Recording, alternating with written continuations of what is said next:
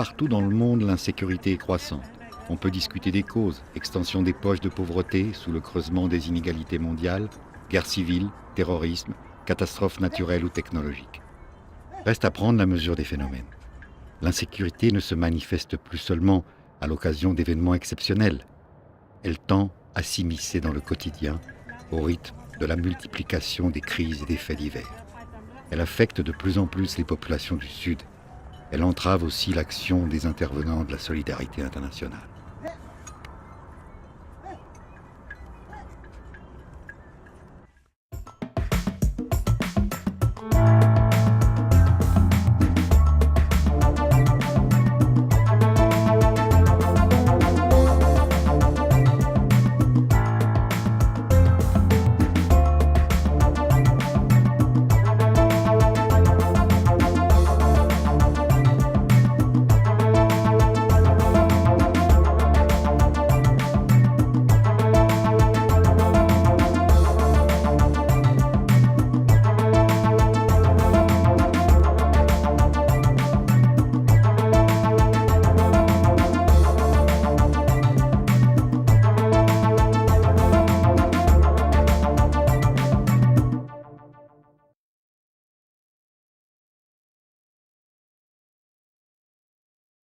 Je m'appelle Brigitte Verte, j'ai 70 ans, je suis retraitée depuis 2006 et dès ma retraite j'ai adhéré à l'association Agir ABCD pour mettre mes compétences en matière de couture, couture, design de mode, bénévolement au service de ceux qui pourraient en avoir besoin. Je m'appelle Mérane, j'ai 23 ans, j'ai fait une mission de 7 mois, 6 mois et demi en Haïti, dans une école en périphérie de Port-au-Prince, à Kenskoff, dans les montagnes. Je suis partie en mission au Cameroun l'année dernière dans le cadre de congés solidaires. Et j'aidais en français et en informatique les professeurs. Je suis parti comme volontaire en 2005, donc au Tchad, dans le cadre d'une mission à l'ambassade de France. Je suis partie en 2009-2010 en mission avec Fidesco, donc d'abord envoyée en Guinée-Conakry pendant 3 semaines et puis on a dû changer de mission, donc j'ai secondairement été envoyée au Cameroun en tant que sage-femme où je suis restée 9 mois. Il était prévu qu'on reste 1 an. Il y a eu un problème politique sur place, donc on a dû être rapatriés, on était une petite équipe de volontaires et on a dû changer de mission parce que la situation était devenue trop instable au niveau politique. De par l'histoire de certains pays, il y a des pays aujourd'hui qui se retrouvent dans des phases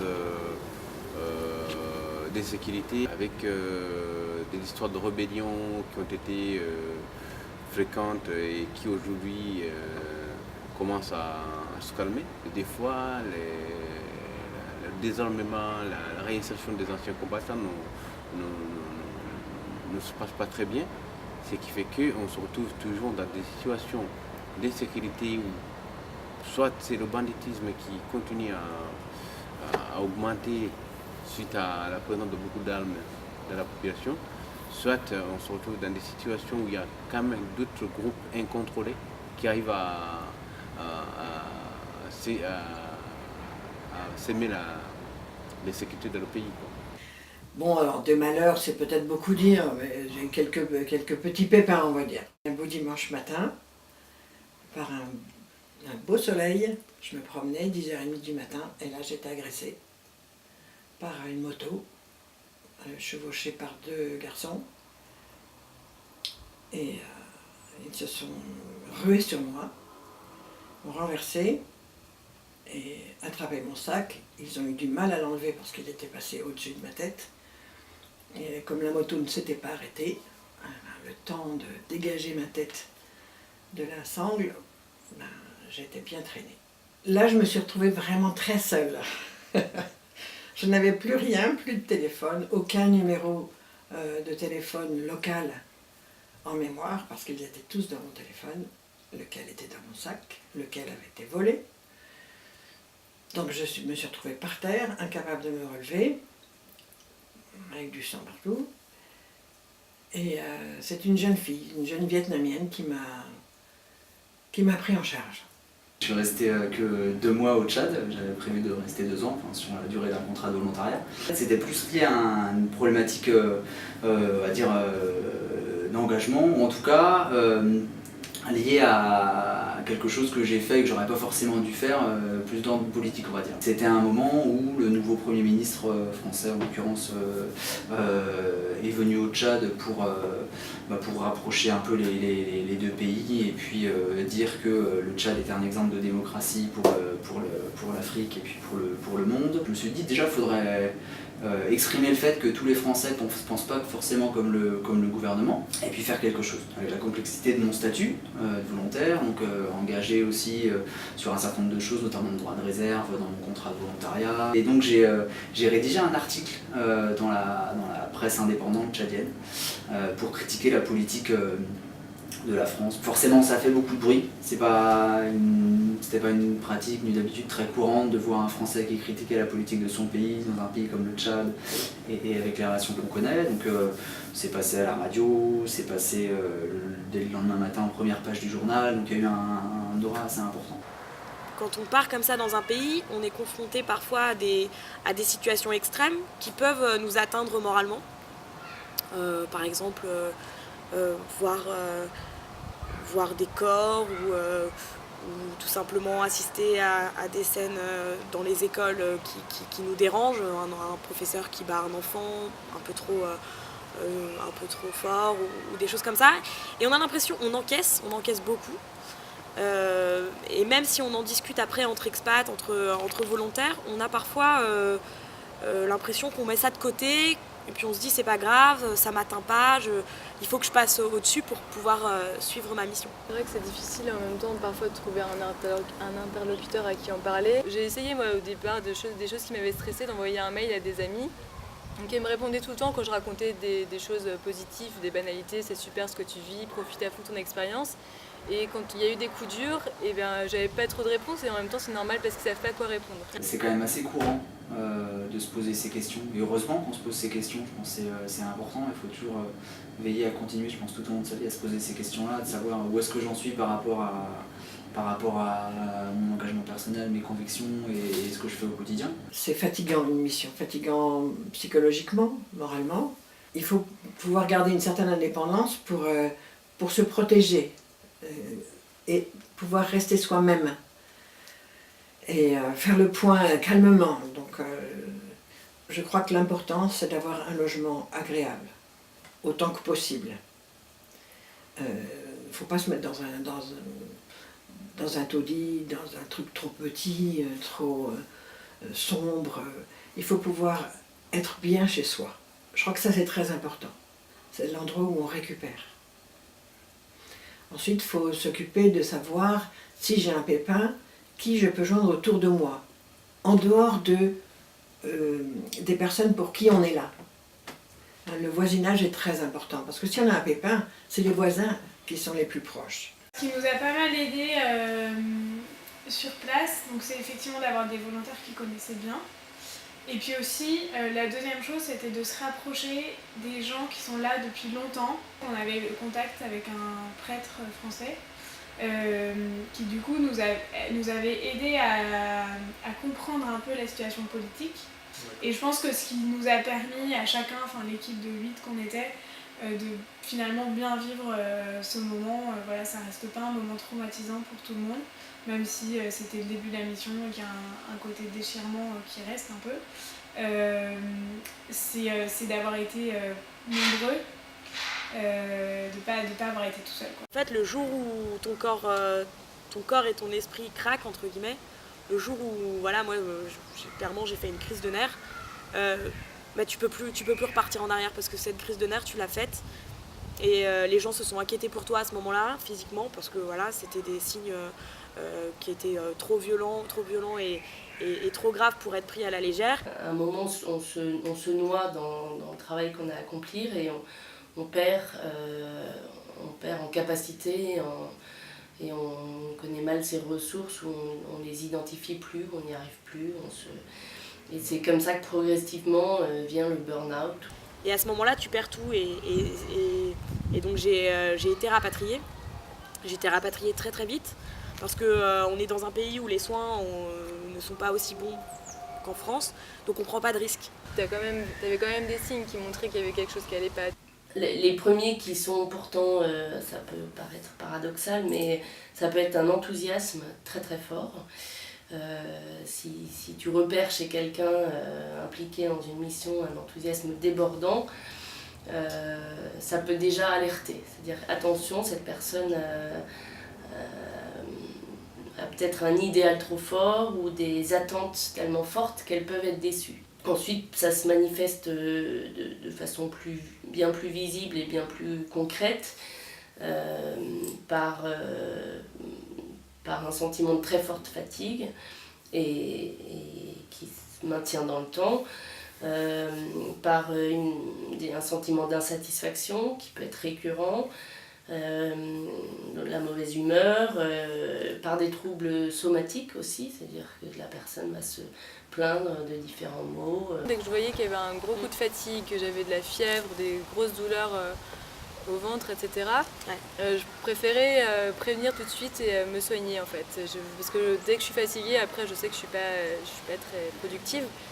Et donc Mérène m'avait accompagnée une fois chez le médecin un jour où j'étais très fatiguée. Et le médecin lui avait pris sa tension ce jour-là et elle lui avait dit « T'as beaucoup de tension, il faut faire attention, il faut te ménager ». Dans la semaine au départ, on fait tout un travail de conscientisation de mes limites, de quelles sont mes ressources quand ça ne va pas. Finalement, c'est des choses qu'on sait déjà, mais qu'on a besoin de s'entendre dire pour bien les appliquer.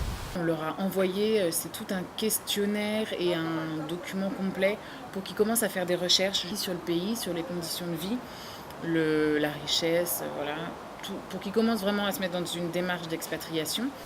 Après, ça recadre aussi sur les comportements à avoir, à ne pas avoir, prendre en compte la culture sur place, et puis tout simplement pas faire des choses qu'on ne ferait pas à Paris ou ailleurs chez soi. Mais en fait, comme ils n'y sont pas encore, comme ils peuvent expliquer, ils ne prennent pas la mesure de ce qu'on leur dit, et ils ont tendance à dire « Ah, mais ils exagèrent », enfin, que ce soit au niveau de la sécurité, voilà, la sécurité ou au niveau sanitaire, ou au niveau environnement. En fait, ils ont du mal à se projeter, à imaginer comment ça se passe en réalité. Oui, j'avais besoin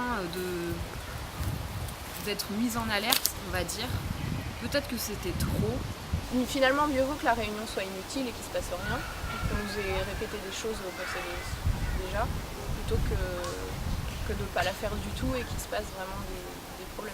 Il y a une courbe de l'expatriation, comme on appelle, qui montre qu'au bout de 3 mois, on commence à se rendre compte des difficultés, on est fatigué, parce comme on a voulu profiter les 3 premiers mois, on n'a pas fait attention, on ne s'est pas ménagé.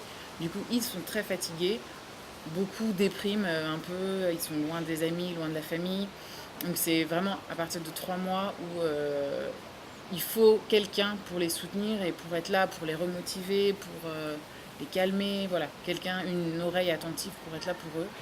Et je dirais que c'est plutôt une fois qu'ils ont passé ces 3 mois, quand ils commencent à remonter la pente, que là ils font plus du tout attention et ils commencent à rentrer dans une routine où ils font plus attention à la sécurité, ils font pas forcément attention à ce qu'ils mangent, à ce qu'ils boivent.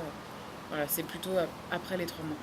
Parfois, comme disait Stéphanie, on oubliait un peu toutes ces recommandations, etc. parce qu'on se sentait bien, on se sentait à l'aise dans le milieu dans lequel on vivait. Mais finalement, parfois aussi, on mettait de côté un petit peu le danger, comme si ça pouvait pas nous atteindre. En matière de sécurité, il y a ce qu'on appelle le syndrome de la grenouille. Et le syndrome de la grenouille pourrait être défini comme une situation, d'une part, si on met une grenouille dans de l'eau et qu'on commence à chauffer, le grenouille va rester et l'eau va continuer à chauffer, le grenouille va rester jusqu'à éclater. Tandis que si on prend le grenouille et qu'on le met dans de l'eau bouillante, il va sauter directement. Les gens qui se retrouvent dans un contexte de sécurité particulier, des fois ils ont du mal à appréhender l'évolution des situations. Ce qui fait que à un moment, la situation devient explosive et les personnes ne se sont jamais rendues compte que la situation évolue jusqu'à l'explosion. Tandis que d'autres personnes qui arrivent dans des situations plus ou moins explosives et qui n'ont pas connus avant, ils vont remarquer directement qu'il y a un problème. Et donc ce qu'on a fait, qui était pas mal, c'est qu'on a été rapatriés en premier lieu à Dakar, donc dans une autre ville africaine, pas très loin, et de laquelle déjà on a pu avoir accès à Internet, se renseigner vraiment sur la situation, comprendre un peu au niveau des médias, tout ça, ce qui se passait, et attendre que la situation, pendant une semaine, du coup on a attendu là-bas ensemble, de savoir si la situation allait ou non s'améliorer. Du coup ça permet un peu une phase de transition, et quand on a vu à la fin de cette semaine-là que vraiment rien ne semblait s'améliorer, du coup c'était plus facile de se dire bah, on rentre parce qu'on sait que ça va pas s'améliorer, plutôt que d'être rentré d'un seul coup et si ça se trouve d'avoir regretté parce que la situation va s'apaiser après. Peut-être qu'il y a une partie qui n'est pas adéquate par rapport au cadre de vie du volontariat, mais dans ce cas-là, il faut avoir l'intelligence de pouvoir construire ses propres règles soi-même avec les locaux, nos partenaires au travail, et c'est eux par rapport à ce qu'ils vont nous dire comme information qui nous permet nous-mêmes de construire nos propres règles. Mais on ne peut pas simplement rejeter la sécurité en bloc, il faut quand même garder une part. Et si ce n'est pas celle qu'on nous donne, c'est celle qu'on construit. Au final, on avait des consignes de sécurité d'ONG ultra sécurisées qui ont un 4x4 à disposition, un chauffeur, etc.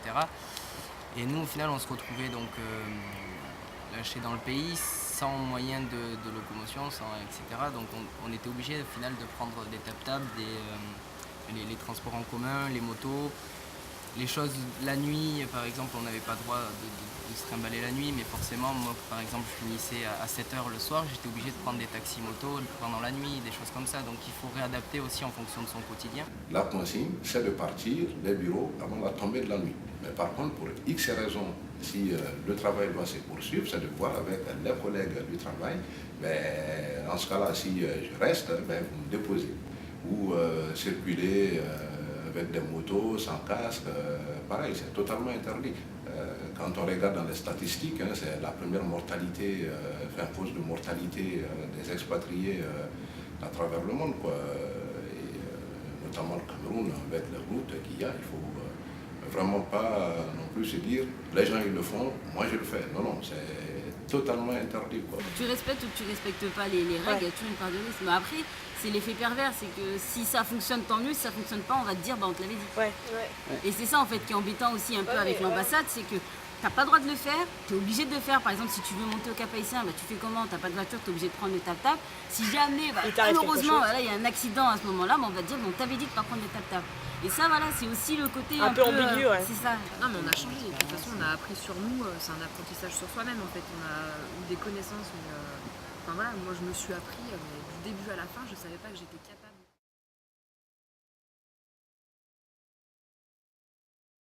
Par rapport à ces sujets, les éléments que vous avez posés sont tous des éléments à risque. Mais si on prend un par un, ils ne se déclinent pas forcément de la même façon. La drogue, elle est complètement interdite. Pour le sexe, il faut complètement prendre des mesures de précaution parce qu'on est quand même avec des franges de jeunesse. Donc on ne peut pas forcément dire il ne faut pas que les gens aient des copains, des copines. Non, non. Mais par contre, la protection est totalement mise et le préservatif, l'utilisation est incontournable. Là-dessus, d'ailleurs, il ne faut quand même pas s'amuser à acheter n'importe quel préservatif sur le bord de la route. Il faut peut-être plutôt aller en pharmacie, acheter des préservatifs qui sont de qualité, quoi. Il y a des pays où la consommation d'alcool, c'est un peu souhaiter la bienvenue à quelqu'un. Et je prends le Cameroun où ça boit énormément. C'est dans la culture des gens. Il ne faut pas forcément se dire oui, ils le font, je fais comme eux pour me faire accepter. Là, c'est faux. C'est pas... Parce qu'en plus, les gens, il n'y a pas de rigueur là-dessus, quoi. Tu bois ou tu ne bois pas. Ce n'est pas un problème pour eux. Mais eux, dans leur culture, tu arrives, dans d'autres pays, on va t'offrir un bol d'eau ou de lait, voilà. Mais bon, dans ces pays-là, on va offrir une bouteille de bière et en plus une grande bière. Et les gens vont boire en continu. Donc que ce soit la drogue, la cigarette, l'alcool, c'est pareil, il faut être beaucoup plus modéré et rester vraiment dans le juste milieu de ces produits-là.